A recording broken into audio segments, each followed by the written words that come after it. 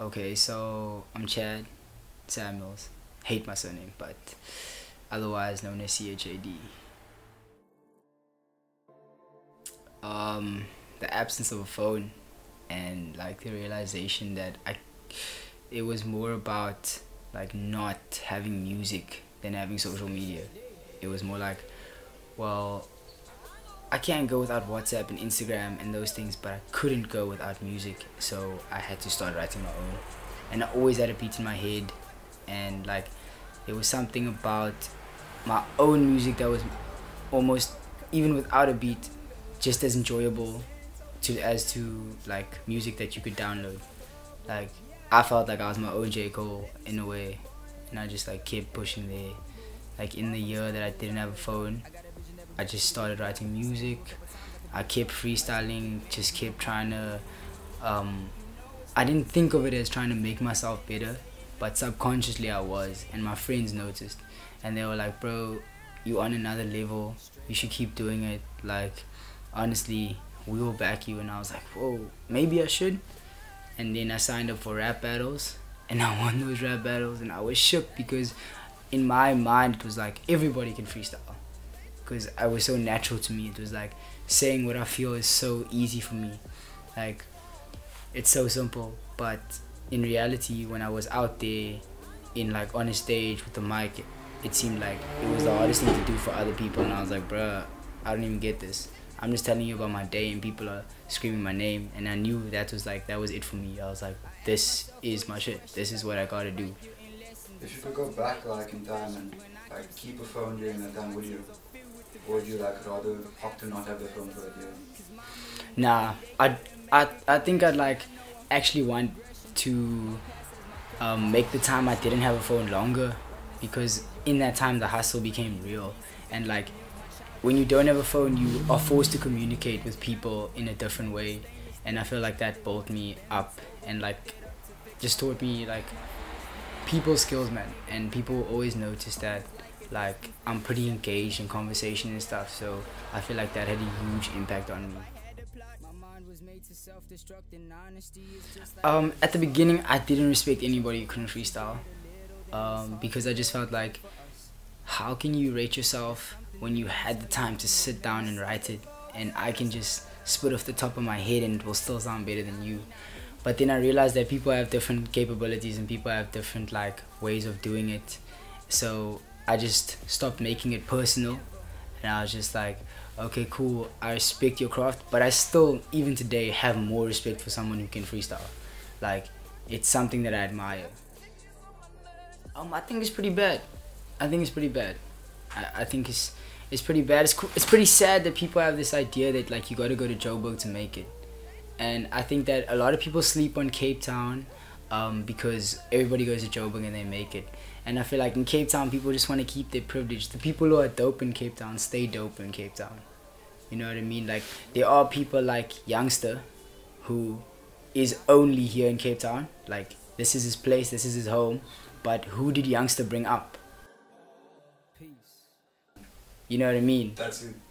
That's what I'm saying. Like, people want to keep their privilege. Like, I love Youngster. He came to my school. I did a freestyle with him. But at the same time, it's like, you don't want to just know Cape Town is Youngster. You know what I mean? And I feel like, yeah, in Joburg there's a lot more opportunity, but in Cape Town there's so much talent that people are just sleeping on. And there's so many rappers in Cape Town that people are sleeping on. And in terms of like location, Cape Town is the place. If you want to promote yourself, Cape Town is the place, but people sleep on you because nah, you're not from Josie. I mean, I think I would like to change it. Cape Town is such a cliquey place, man. It's a type of place where you meet people only because you know this person and they're friends with that person. It's not the type of place where you just walk out and you meet new people. People are kind of reluctant to make new friends because it's all about who your squad is, who your clique is. I think if we were more open-minded to each other instead of like pushing the outsiders away, I think that's one thing I'd change for sure. Because like being open is vital, bro. Like, how you gonna learn? It's like when people are like, nah, I'm not gonna answer this because I don't know the number. How do you know that that's not a call from the one of the best talent agencies? Exactly. Like, how do you know unless you try? I would put them all in a room, let them cipher, like take a video of them ciphering. After that, let them talk, get contacts, because like so many times I've been to like a radio interview, for example, and I realized that these guys are really good. These people who are rapping beside me are really good. Some are whack, but there are one or two guys who are like, wow, they're quite amazing. But then I never even knew about them. It's shocking that I didn't know about them, and that's just because they didn't have the right exposure. Like, it's all about exposure, you know. It's like, it just takes the right person to hear your music. I'm just trying to make singles now. I feel like my goal is to make 10 singles by the end of this term. So before the holiday I want to have 10 singles. I'm currently on 9 after yesterday's release of One Too Many. So my next one is gonna be the song called Glue on Broken Pieces by myself and another girl, Louisa, who's never made a song before. And I just figured I like to put people on who have the talent but not the opportunity. And then after that there's a trap song that I'm making, just because just to be versatile, you know, just to show people I can do whatever, which is going to be called Good Time. And then another one right after that, a single called Making Moves. Before it starts, I just say a prayer. I just kind of try to be present in the moment, because I always think back to the time where I was just in my room hitting my desk to make beats, and then now I go into the studio and I see that there's this huge pan of things that I don't even understand. There's these like it's so complex, and I don't really know how to use any of the tools, but it's just like my dad, you know, he always told me gratitude is one of the most important things. So I'm always like really grateful to be in that position again. And I feel like before the song is even out, in my heart it's already out. Like, I already know what the final product sounds like to me. So like by the time it's out, I'm kind of bored of the song already. So would you say you're a perfectionist in that aspect? Like, yeah, you won't drop that song unless it's exactly how you do it? Yeah, it's a pro and con type of thing. There's an advantage to it, but sometimes like I'm an affirmative person, man. So if I think something's off, even though the producer has spent like 3-4 weeks on it, I'm gonna be like, nah dude, I'm sorry, but I just didn't expect that. Like, I would like it a different way. I'd appreciate it if you can change it. And like, even sometimes the song won't be released just because it doesn't connect with me anymore. The vibe's gone. Yeah.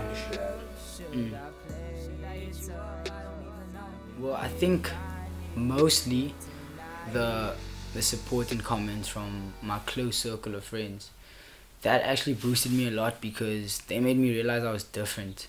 And it's always like, it's strange to hear that you're special or that you have a talent. It's like someone saying, yo, you look good when you flex. It's like, you know you look good when you flex, but you don't really want to admit it because you don't want to sound cocky. And like, it's also an insecurity at the same time, you know. People who gym every day still feel small. Like, so when they told me that, I was like, maybe they're actually telling the truth. Like, I remember laying up in bed one night and being like, whoa, maybe they're right. Like, and I also looked at the society that we in and the generation that we in. I was like, bro, we in that generation where, for example, our parents was all about, they had to provide for the family, bro. They had to make money and go to school. Everybody wanted to be a lawyer, an accountant. We have an opportunity to make money off of passion. We can do something we like and make money from it. And I was like, that's a real thing for me. I knew I wanted to be an entertainer, but like, I didn't realize the power of my voice until my homies pointed it out and was like, dog, you special. And I was like, I was always confident. I never doubt myself, but like, there was an insecurity, but when they pointed it out, it was like, there's actually nothing that can stop me. There was this event called Topsy Turvy, and there was a rap battle, and there there was a whole bunch of people who had like signed up for the rap battle long before, and I didn't know about the rap battle. But when I heard about this, I just saw this huge circle at the party, and I was like, whoa, what's happening here? And I swear I heard someone rapping, and it was this part of me that was like, go, run, go there now, go there right now. And I went there, and the moment this one girl saw me, she was like, oh snap, and she threw me in. And everybody knew me, and I was like, how do all these people know me? Like, I was shook, and I realized like, whoa, these people not only know me, they support me, and they backing me like heavy before I even got the mic. And then when I got the mic, it was inevitable that I was gonna kill it.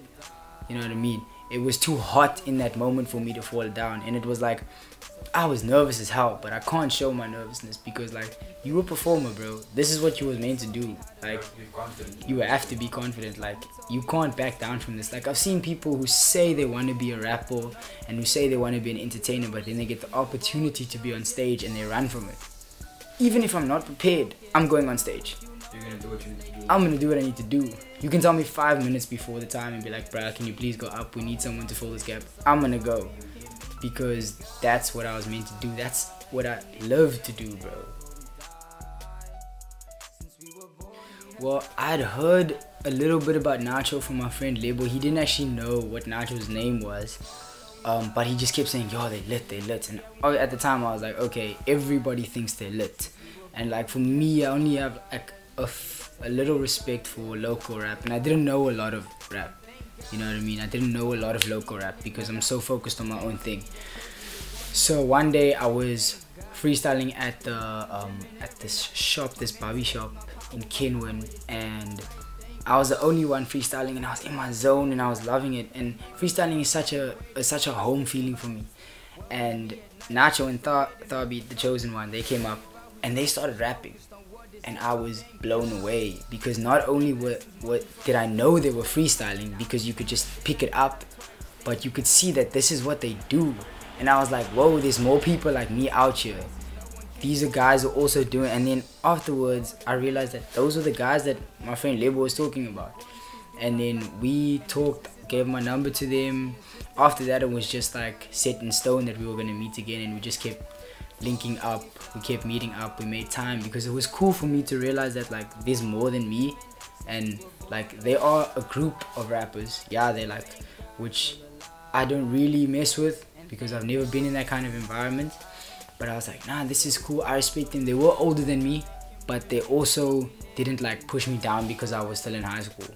They were like, nah dude, I like what you do it well, so they didn't say let's make a song, but they were like, let's hang out. And to me, that's kind of the same thing. So would you collab with him anytime soon? Yeah, most definitely. Like, I mean, I've always wanted to do something with the chosen one.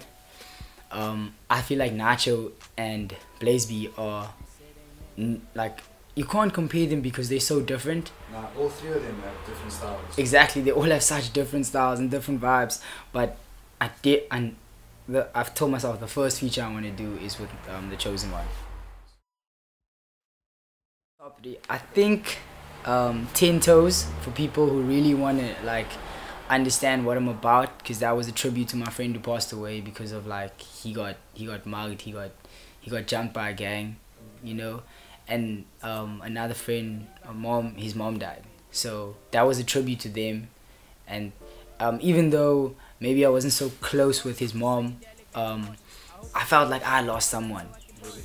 And it had such a big impact on me because I live with him every day. He was also at the same hostel as me. And then, so that would be one, 10 Toes.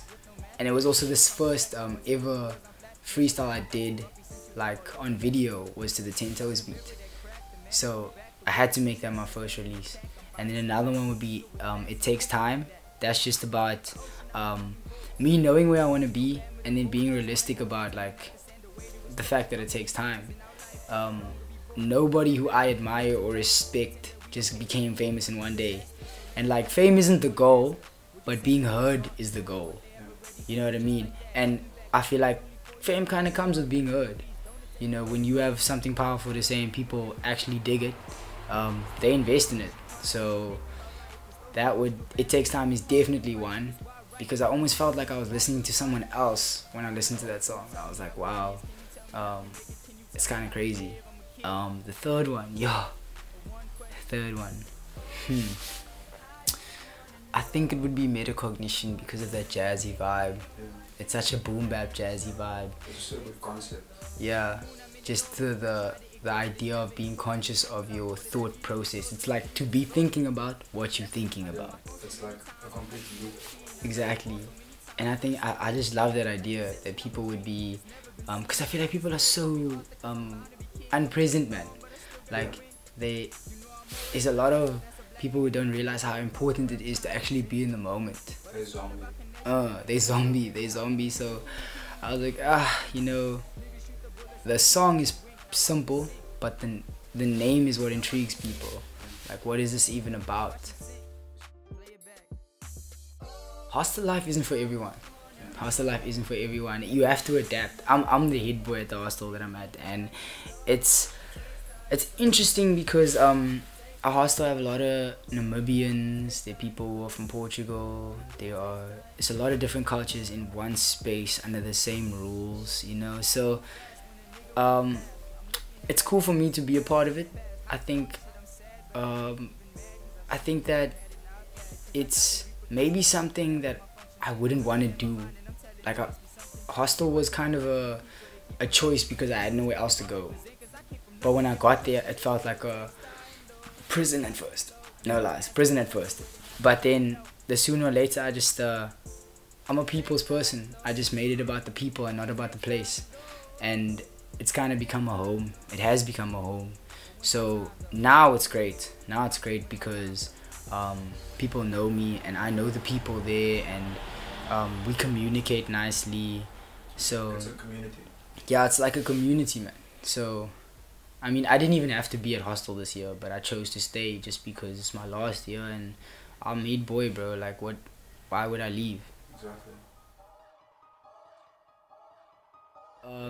Well, people from my school know I pretty much play every sport. It was just a distraction at first. I had a lot of anger. Like, for people who knew me in grade 9 or 10, they all tell me I was like a ticking time bomb, because I had all this anger packed up just because of shit that happened in my life that wasn't even about them, but I'd make it about them, and I'd take that anger out on the wrong people. And then so sport was a big part of just like releasing energy, and also to keep fit. Also, my friends played sport, and I was just like, anything I can do to stay physically active and not think about what I was going through at the time. So that was one big thing. And I like to read a lot. I watched this interview with Eminem once on YouTube when I was in grade 10, and he said that he just started reading the dictionary. So I got a thesaurus and I just started reading that, and I found it interesting how subconsciously all the words rhymed. Yeah, everything makes sense. Yeah, I was like, whoa, this is kind of cool. And every day I would just pick a new word and just go through it. I haven't finished it.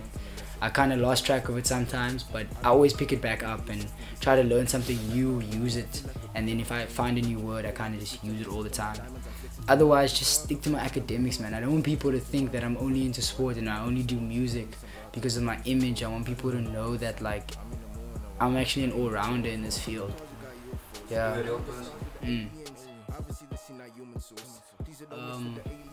It's impossible for me to show my fear. I have tried. Sometimes I'm scared, and then I look in the mirror and I smile. And I'm like, bruh, what's wrong with you? Like, it's okay to be scared. People get nervous. It's like really fine. But I can't show it because I feel like there were 2 years in my life where I was so independent, and I was like my own parents, my own brother, my own sister. It was like all me and one person. I was like, you know, there's no time to show fear.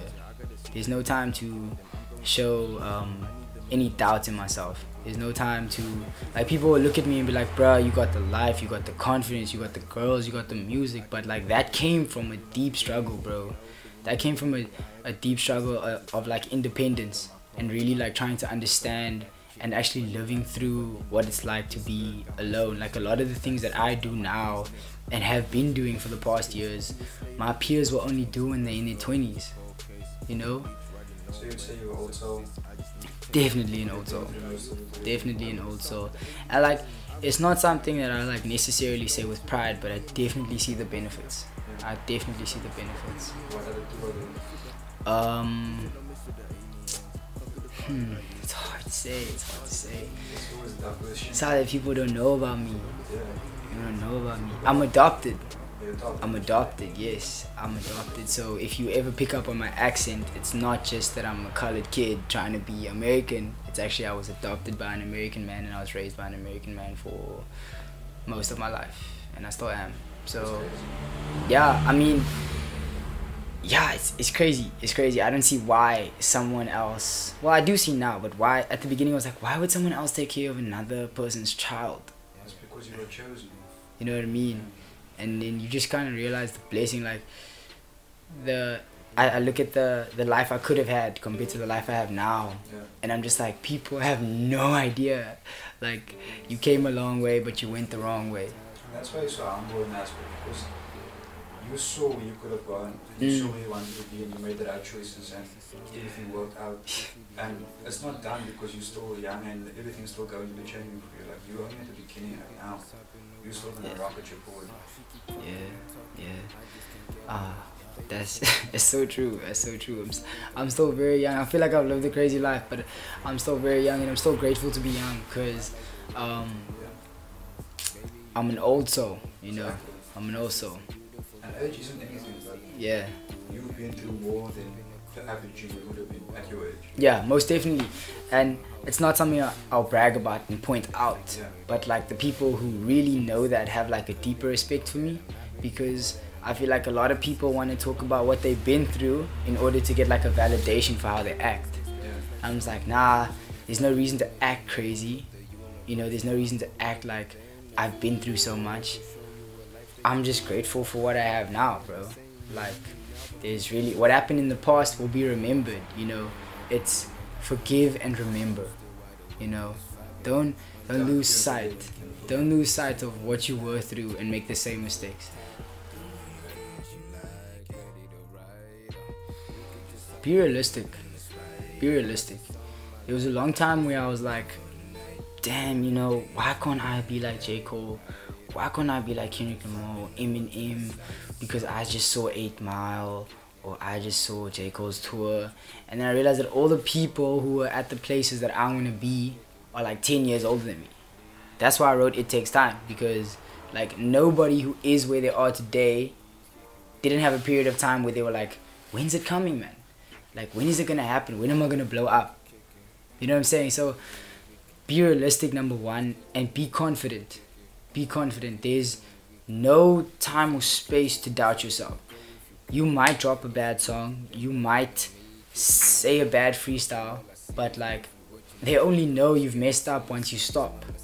When you freestyling, people only know you've messed up once you stop. They don't know your routine. They don't know your routine. They don't know what you planned. But like, always just carry yourself, you know. A lot of people are going to try to bring you down, and they're going to try to discourage you from what you actually want because of their own insecurities, because they don't want to see you do what they do. But just focus on yourself, bro. And also like, focus on yourself and try to like build yourself, but don't cut people out. Don't like be like, no, I'm doing my own thing, you must do your thing. Because sometimes you grow learning from other people, and you see other people's mistakes, and it makes you better. So it's about confidence, it's about being realistic, and it's about being true to yourself, bro. Like, make music that you would want your daughter to listen to. Something that you'd be happy with. Make music that like your grand can jam to, your mom can jam to, your homies can jam to. Not everything's for everybody, but don't play yourself. Don't play yourself. Stay real, because people at the end of the day, they love the realist. They love it. They also, your audience, they can sense when you're not being original. They can sense like a fake in you if you're trying to portray something you're not. I'm really like, I think Nasty C is really cool.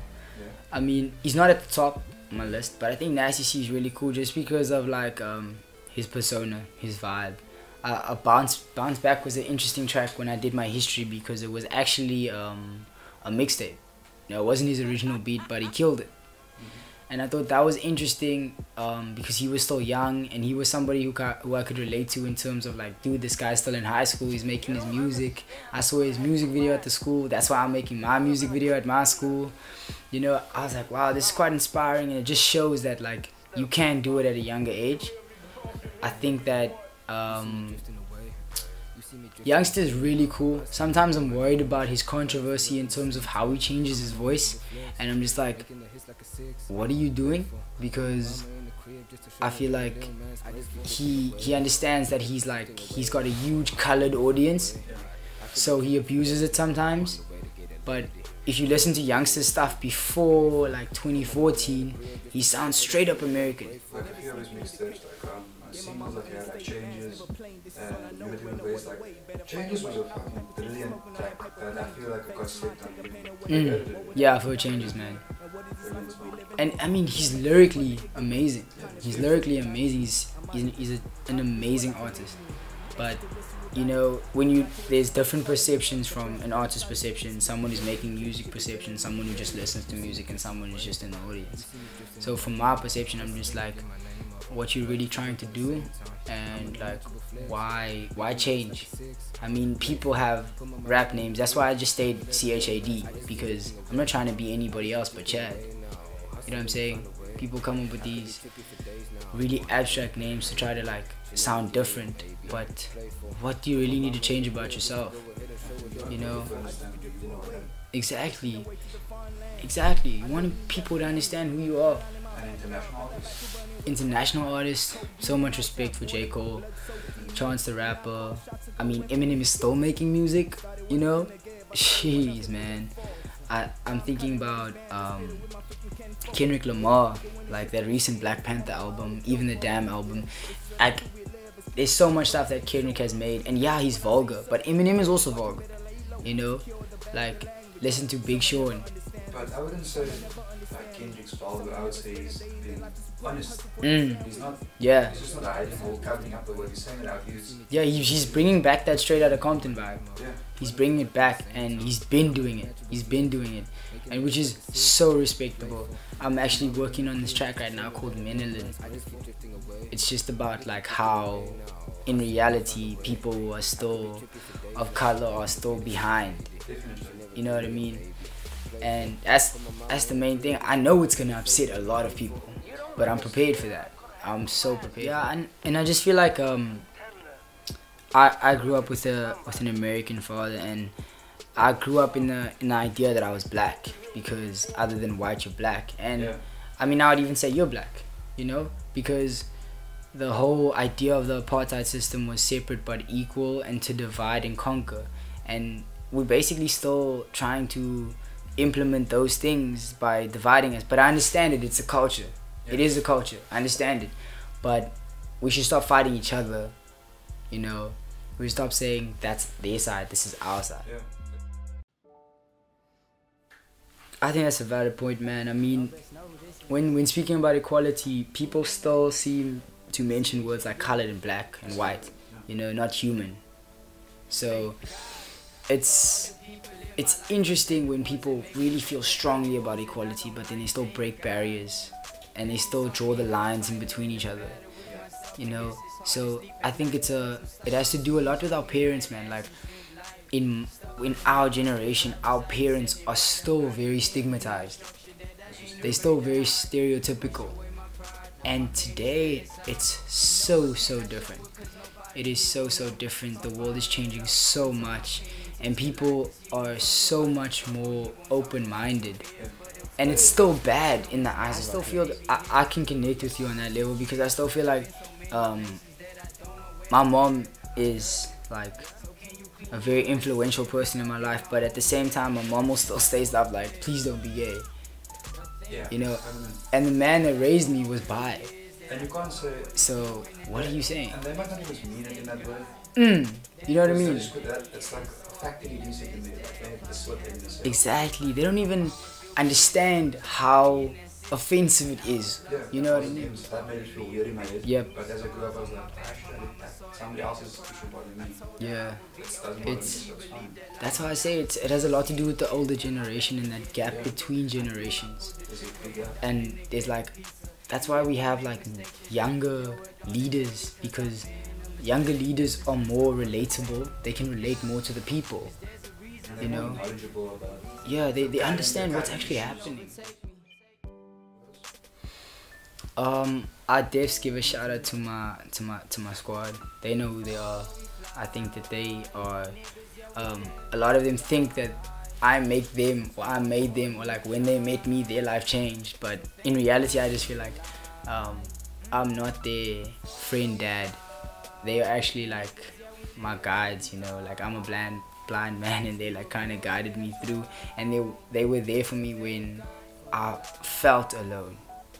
I used to say they were there for me when I was alone, but I just felt alone. I was actually never alone. You know what I mean? So definitely a shout out to them. A shout out to my pops, because I mean that man, he's so much love, man. To take me in for the first time, the second time, and the third time, you know, for me to run away and him still invite me back. That's something that I can't even understand yet. I'm open-minded, but I can't understand it. Like, I'm super grateful for the person who first helped me make a song, who first hit me up after a freestyle they saw, Nick Rushton. That's a big one. Definitely a lot of thanks to him. Deliriant, do you know Deliriant? He's a trance DJ. He's a big trance DJ here. He let me use his studio for the first time ever when I recorded. So that was really cool for the first time to go to a studio and it be in that type of environment where like professional studios. That was cool. Shout out to you. Shout out to the Native Clan, which is, I don't know if you know them. Native Clan away, and the headbanders especially. I mean, like, I haven't seen them in a while, but they still linger. Patience. Nah, man, I'm just grateful to be here, bro. I'm just grateful to be here. It's, I mean, opportunities like this don't come every day, and I think that I'm blessed to be here, dog.